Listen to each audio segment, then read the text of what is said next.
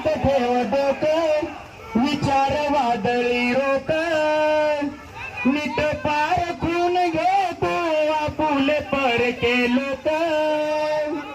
आणि या ठिकाणी मी रतन भाऊ राठोड यांना विनंती करतो की आपण या ठिकाणी घोषणाबाजी करायची.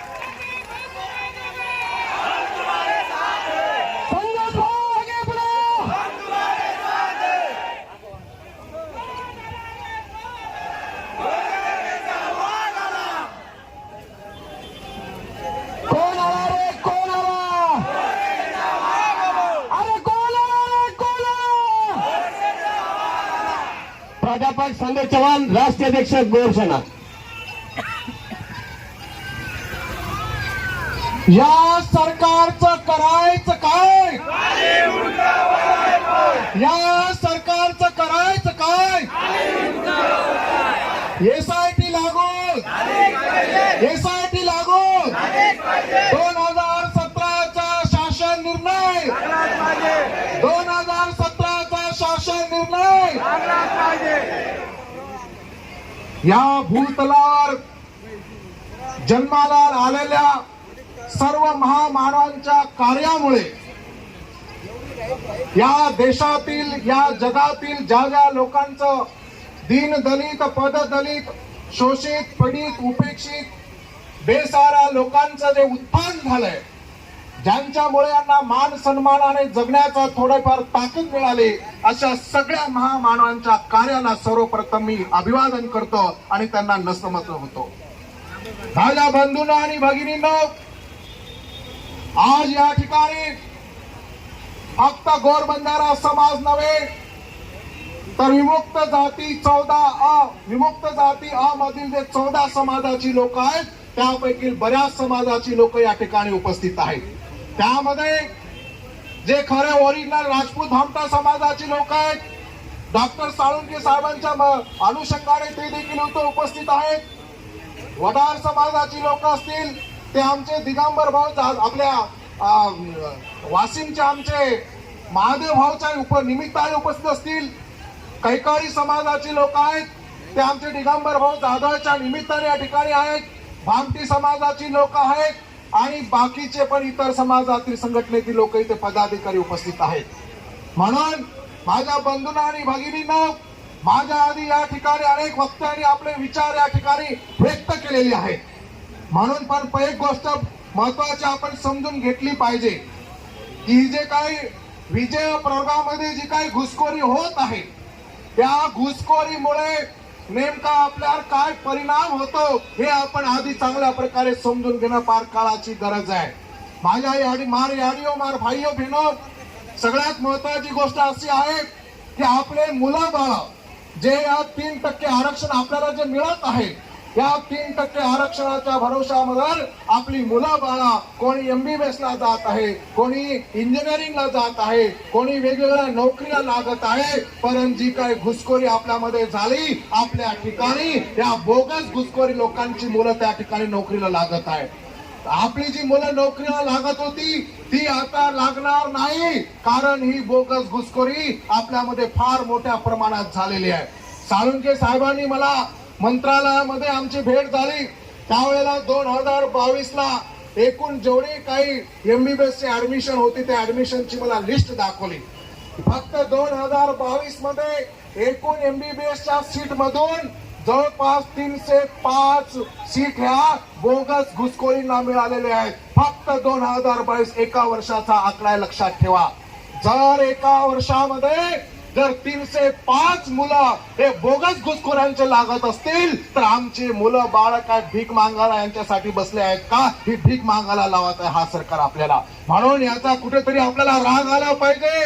एवढंच नाही तर काल परवा आमचा सचिन चव्हाण नावाचा मुलगा यवतमाळ मध्ये माझ्या मीटिंग मध्ये आला आणि त्याने मला सांगितलं, भाऊ मागच्या वेळेला एमपीएससीची ज्या वेळेला आम्ही अटेम्प्ट दिला, ज्या वेळेला आम्ही एमपीएससी परीक्षा आम्ही पास झालो, त्यावेळेला एकूण 12 जागा हे बोगस घुसखोरांची होती. 12 लोक अवैधरित्या आपल्याकडे आल्या. म्हणून ज्या ठिकाणी 12 लोक आपल्या विजय प्रयोगातील लागणार होते त्या ठिकाणी हे 12 लोक घुसखोरी केली आणि यांनाही जागा मिळालेली आहे. म्हणून मला तुम्हाला सांगायचं आहे की आज विजय प्रयोगाला जे 3% आरक्षण मिळत आहे हे 3% आरक्षण फक्त कागदावर आहे. 1% देखील आरक्षण मिळतो की नाही मिळत याची गॅरंटी आपण देऊ शकत नाही. या समाजातील जेवढे काही कर्मचारी बंधू आणि भगिनी आहेत खऱ्या अर्थाने यांना मला सांगायचं आहे, अरे तुम्ही जे काय भाकर खात आहात, तुम्ही जे काय चपाती खात आहात, तुम्ही जे काय भाकर खात आहात ती भाकर फक्त या 3% भरोशावर खात आहात हे विसरून चालणार नाही. हे 3% जर मिळाले नसते तर तुम्ही आज तुमच्या मुलाबाळांना तालुक्याच्या ठिकाणी जिल्ह्याच्या ठिकाणी चांगलं घरदार बांधून एक चांगलं जीवन त्या ठिकाणी देतात ते फक्त आणि फक्त 3% भरोशावर. या 3% आरक्षणामुळे तुम्हाला फक्त नोकरीच मिळाली नाही तर नोकरी सोबत तुम्हाला मान सन्मान देखील मिळाला आहे. म्हणून या भाकरीची इज्जत वाचवण्याची आता वेळ आहे आणि म्हणून तुम्हाला सांगायचं आहे की 3% जर आपण नाही वाचू शकलो तर आपली ही जे काय आज आपली जी काय शान शौकत आहे ही शान शौकत पुढे कधी दिसायला आपल्याला मिळणार नाही. आपले समोरची पिढीचं भवितव्य संपूर्णतः अंधारात त्या ठिकाणी आहे. म्हणून ही 3% आरक्षण कुठल्याही परिस्थितीमध्ये वाचलं पाहिजे, अन्यथा आपल्याला मान सन्मान मिळणार नाही आणि आपली मुलं कुठे नोकरी लागणार आहे. काही लोकांना असं वाटत असेल की माझा मुलगा कुठे MBBS होणार आहे, माझी मुलगी कुठे इंजिनियर होणार आहे, पण लक्षात ठेवा हा प्रश्न फक्त मेडिकल साठी किंवा इंजिनिअरिंग साठीच नसून जे एखादे पोलीस कर्मचाऱ्याची भरती असेल, तलाट्याची भरती असेल, ग्रामसेवकची भरती असेल, कुठल्याही प्रकारच्या नोकर भरतीमध्ये हे 3% आरक्षण मिळतं म्हणून आपण नोकरीला लागतो. लक्षात ठेवा ह्या संपूर्ण प्रकारच्या नोकरीवर हे बोगस घुसखोर डल्ला मारत आहेत, आपल्या समोरचं ताट हिसकावून घेत आहेत हे आपण लक्षात ठेवलं पाहिजे. म्हणून हे बोगस घुसखोरीसाठी साळुंखे साहेबांना लक्षात असेल मागील 8 ते 8 वर्षापूर्वी मी शोधत साळुंखे साहेबांच्या घरी जाऊन बसलो आणि 1 तास चर्चा केली आणि सुरुवातीचे 5 ते 7 वर्ष साळुंखे साहेबांनी ज्या ठिकाणी तक्रार दाखल केली त्या ठिकाणी फक्त गोरसेनेच्या कार्यकर्त्यांनी त्या तक्रारी अटेंड केल्या, त्या सुनावणी अटेंड केल्या आणि त्यानंतर हा लढा 2019 मध्ये रस्त्यावरची सर्वात आधीचा जो आंदोलन कोणी केला असेल तर तो फक्त गोरसेनेनं केलेला आहे हे आपण लक्षात घेतलं पाहिजे. म्हणून माझ्या बंधूंनी आणि भगिनींनो हा लढा आपण कायम ठेवत आहोत. हा लढा ते इथेच थांबणार नाही, हा लढा सातत्याने आपण पुढे नेणार आहोत आणि मधल्या काळामध्ये या सरकारचं डोकं ठिकाणावर नाहीये. या सरकारला मला सांगायचं आहे की लक्षात ठेवा 2024 ची निवडणूक येणार आहे, त्यावेळेला आमची ताकद काय ते तुम्हाला आम्ही दाखवल्याशिवाय राहणार नाही. मधल्या काळामध्ये हिवाळी अधिवेशन मध्ये चिखली मतदारसंघाच्या आमदार श्वेताताई महालेने प्रश्न उपस्थित केला की राजपूत भामटामधील भामटा शब्द वगळण्यात यावा. मला हा प्रश्न अत्यंत म्हणजे राग येण्यासारखा वाटतो आणि अत्यंत केविलवाना प्रश्न वाटतो. खऱ्या अर्थाने समजा मी ओरिजिनल राजपूत भामटा आहे म्हणून माझ्या नावासमोर जो भामटा शब्द लागलेला आहे तो निघावा की न निघावा तो माझा अधिकार आहे. परंतु या बाहेरच्या ज्या काही ओपन कॅटेगरीतले जे राजपूत लोक आहेत यांनी त्या आमदाराला सोबत घेऊन तो प्रश्न उपस्थित करायला लावला. याचं कारण असं होतं की जर राजपूत भामटामधील भामटा शब्द निघाला असता तर आपल्या सोबत जे ओरिजिनल राजपूत भामटा आहेत ते राजपूत झाले असते आणि बाहेरचे जे राजपूत आहेत ते राजपूत तुम्ही आम्ही एकच राजपूत म्हणून संपूर्ण लोंढाच्या लोंढा या आपल्या प्रवर्गात घुसला असता आणि 1% जो आरक्षण आपल्याला मिळतो तो 1% आरक्षण देखील आतापर्यंत आपलं संपूर्णपणे आपल्या हातातून या लोकांनी हिसकावून घेतला असता. माझ्या बंधूंना आणि भगिनींनो तुम्हाला सांगायचं आहे की ज्या वेळेला राजपूत भामटा शब्द काढणार यासाठी शिंदे फडणवीस आणि आपले शिंदे फडणवीस यांनी ज्या वेळेला औरंगाबादला राजनाथ सिंहला बोलावून या राजपूत लोकांनी जो मेळावा घेतला त्या ठिकाणी शिंदे आणि फडणवीसने तिथे कबूल केलं होतं की राजपूत भामटामधील भामटा शब्द आम्ही काढू. माझ्या बंधूंना आणि भगिनींनो या तमाम महाराष्ट्रामध्ये कोणी मर्दाचा पिल्लू समोर आला नाही. त्यावेळेला एकाच दिवशी संपूर्ण महाराष्ट्रामध्ये गोरसेनेच्या वतीने 25 जिल्ह्यामध्ये रास्ता रोको आंदोलन झालं आणि त्याचा परिणाम म्हणून पुन्हा शिंदे फडणवीस सरकारला स्टेटमेंट द्यावं लागलं की आम्ही आता भामटा शब्द काढणार नाही. मला तुम्हाला लक्षात आणून द्यायचं आहे की आज आपल्या जवळ 3% जे काही थोडंफार 1% आरक्षण आपल्याला जे मिळतंय ते 1% आरक्षण फक्त गोरसेनेच्या मेहरबानीने मिळते. लक्षात ठेवा, ही गोरसेना जर नसती तर हे 1% देखील आरक्षण आपल्याला मिळालं नसतं. म्हणून नोकरदार लोकांना सांगायचं आहे आणि आपल्या समाजाला मला सांगायचं आहे की मुलाबाळाचं जे काही थोडंफार भवितव्य आपल्या हातात दिसतं त्यामागे गोरसेनेचा फार मोठं योगदान आहे, हे आपण विसरून चालणार नाही. माझ्या बंधूंना आणि भगिनींनो, याआधी माझ्या आधी काही वक्त्यांनी सांगितलं की मागील पावसाळी अधिवेशन मध्ये अतुलजी सावेंनी SIT लागू करू म्हणून तिकडे जाहीर केलं आणि 2 दिवसानंतर पुन्हा काय सांगितलं की अनावधाने माझ्याकडून बोलल्या गेलं, आम्ही SIT लागू करणार नाही. माझ्या बंधूंना आणि भगिनींनो, लक्षात ठेवा, समजून घ्या हा विषय. ही जे काय घोषणा केली ती बाहेर एखाद्या कुठल्याही अशा खुल्या जागेमध्ये कुठल्या मेळाव्यामध्ये केलेली नाही आहे. जिथे संविधानिक जागा आहे, जिथे अधिवेशन चालत आहे, संपूर्ण महाराष्ट्र बघतोय, रेकॉर्ड होतंय, त्या ठिकाणी अतुलजी सावेंनी SIT डिक्लेअर करून पुन्हा कॅन्सल केली. लक्षात ठेवा. अरे या गोष्टीचा राग आपल्याला आला पाहिजे. आपण कोण आहोत, आपली अवकाश काय आहे हे लोक आपल्याला दाखवत आहेत. म्हणून मला तुम्हाला सांगायचं आहे की खरोखर विमुक्त जातीचं रक्त जर आपल्यामध्ये असेल, गोरबंजाराचा रक्त जर आपल्यामध्ये असेल तर येत्या 2024च्या निवडणुकीमध्ये या शिंदे फडणवीस अजित पवारला त्यांची जागा आपण दाखवून दिली पाहिजे. म्हणून माझ्या बंधूंना आणि भगिनींनो, तुम्हाला अजून एक गोष्ट मी या ठिकाणी सांगू इच्छितो. SIT कॅन्सल झाली. आम्ही संध्याकाळी साधारणतः 8-9 वाजता ऑनलाईन मीटिंग मध्ये हे ऐकतोय. ऑनलाईन मध्ये म्हटलं ऐकलं की SIT कॅन्सल झाली.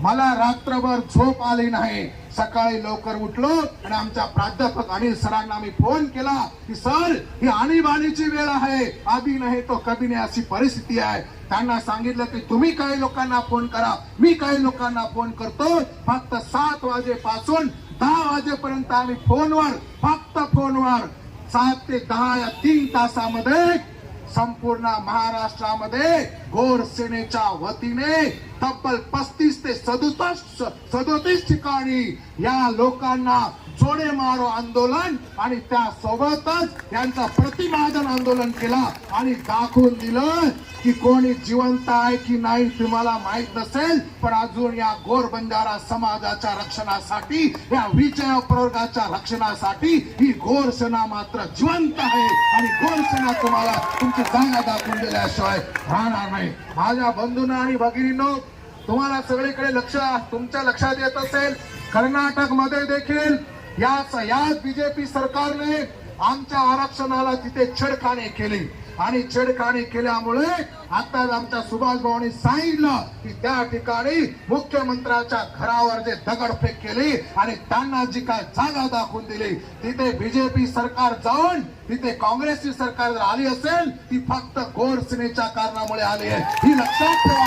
म्हणून इथल्या या सरकारला देखील मी प्राध्यापक संदेश चव्हाण गोरसेनेच्या राष्ट्रीय अध्यक्षाच्या वतीने यांना मी ताकीद देतो की लक्षात ठेवा, जर तुम्ही आमच्या मागण्या पूर्ण केल्या नाही तर कर्नाटक पॅटर्न महाराष्ट्रामध्ये राबविल्याशिवाय आम्ही राहणार नाही आणि तुमची जागा तुम्हाला दाखवून देणार नाही.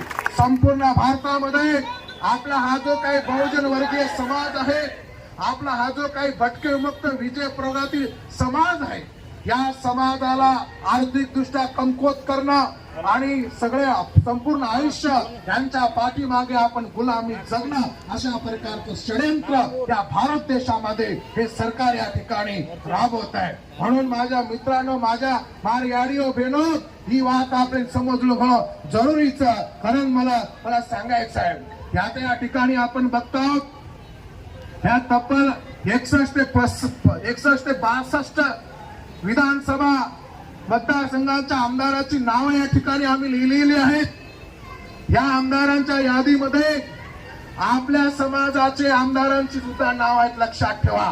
म्हणून मला तुम्हाला सांगायचं असेल, तो आपल्या समाजाचा असेल किंवा कुठल्याही समाजाचा असेल, जर या हिवाळी अधिवेशनामध्ये 61-62 आमदार जर आमचं 3% आरक्षण नाही वाचवू शकले, ही बोगस घुसखोरी ती जर नाही थांबवू शकले, तर यांना आपल्याला घरचा रस्ता दाखवायचा आहे, हे आपण विसरायचं नाही।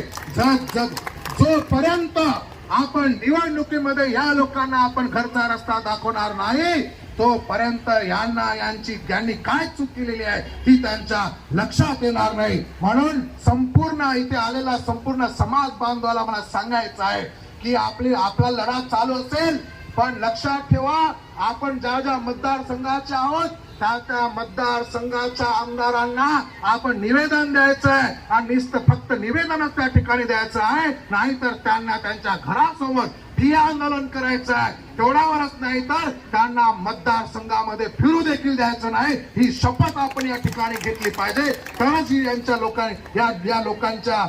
या लोकांचं डोकं ठिकाणं होईल। म्हणून माझ्या बंधूंना आणि भगिनींनो, एक गोष्ट लक्षात ठेवा, हे आंदोलन आपल्याला कायमस्वरूपी चालवायचं आहे, फक्त एक आंदोलन करून भागणार नाहीये। म्हणून या निमित्ताने आपल्या मागण्या तर सगळ्यात आपले जे काही वक्ते त्यांनी सांगितले, पण सगळ्यात महत्वाची जी मागणी आहे, ज्यामुळे ही घुसखोरी फार मोठ्या प्रमाणात झाली, ती म्हणजे 2017चा जो अन्यायकारक जो शासन निर्णय आहे, तो शासन निर्णय त्या ठिकाणी त्वरित रद्द झाला पाहिजे।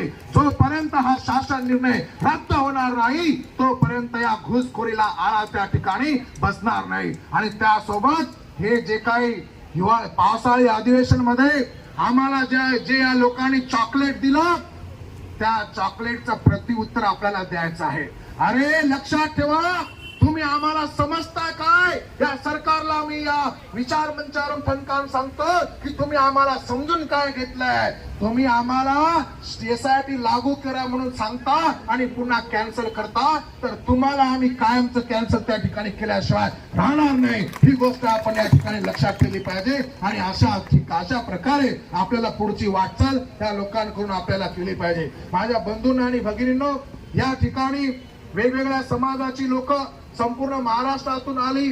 घोरबंजारा समाजाची लोक पार पुण्यापासून, पार अहमदनगर पासून, सोलापूर पासून, जळगाव, धुळे, नंदुरबार आणि परत आपले जालना, बीड, सगळ्या जिल्ह्यातून आपला समाज बांधव या ठिकाणी आलेला आहे। त्यासोबतच आपल्या राजपूत भामटा समाजाचे आपले अनिल साळुंके साहेब, दिगंबर जाधव साहेब कैकाडी समाजाचे, त्यासोबतच आपले महादेव भाऊ ते वडार समाजाचे, त्यासोबत आणखीन भामटे समाजाचे लोक या ठिकाणी आले, आणि आपल्या घोरबंजारा समाजाचे जेवढे काही पदाधिकारी आहेत त्यांनी देखील वेगवेगळ्या संघटनेच्या माध्यमातून या आंदोलनाला जे काही सहकार्य केलेलं आहे त्याबद्दल त्यांना आम्ही शतशः धन्यवाद देतो। आणि या सगळ्या जनसमुदायाला मी नतमस्तक होऊन हे आंदोलन आपल्याला कायमस्वरूपी चालू ठेवायचं आहे, आणि 2024 ची निवडणूक डोक्यात ठेवायची आहे। ही लोक आंदोलनाला घाबरत नाही, ही लोक मोर्चाला घाबरत नाही,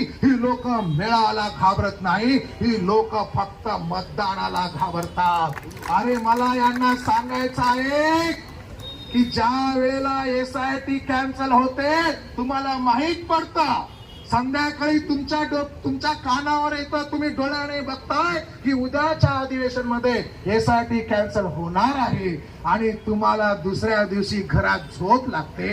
अरे जरा डोकं ठिकाणावर ठेवा, इकडे संपूर्ण समाजाचं आयुष्य धोक्यात आलेलं आहे, संपूर्ण समाजाचं अस्तित्व धोक्यात येतंय, आणि तुम्हाला झोप लागते। अरे जरा विचार ठेवा, जनाची नाही तर मनाची तरी थोडी देखील वाटू द्या। आणि आमचे सगळ्या आमदारांना मला सांगायचंय, ते मुखेडचे असतील, ते पुसदचे असतील, किंवा ते यवतमाळ मधील दिग्रसचे असतील, त्यांना मला सांगायचं आहे की पहिला अटॅक हा तुमच्यावर होणार आहे, कारण तुम्ही आमच्या समाजाचे आहात, हे लक्षात घ्या। म्हणून एक मला त्यासोबत त्यांना मला सांगायचं आहे, यांची आमची कुठली वैयक्तिक दुश्मनी नाहीये, कुठली शेतावरच्या बंधाऱ्याची लढाई नाहीये, तुम्ही जर SIT लागू करून घेतली आणि तुम्ही जर आमचं आरक्षण वाचवलं तर हाच आमचा समाज तुम्हाला खांद्यावर घेऊन नाचल्याशिवाय राहणार नाही.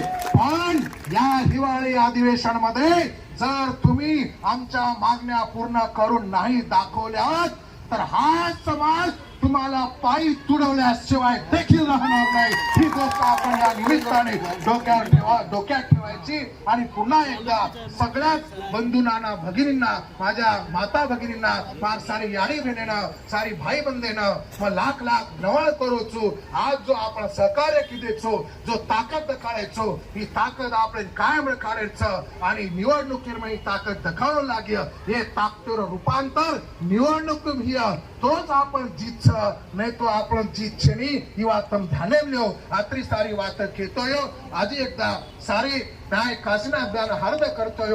आता सेना धन्यवाद देतो सगळ्यांना मी धन्यवाद देतो. जय हिंद, जय मानवता, जय विज्ञान, जय भारत, जय सेवालाल.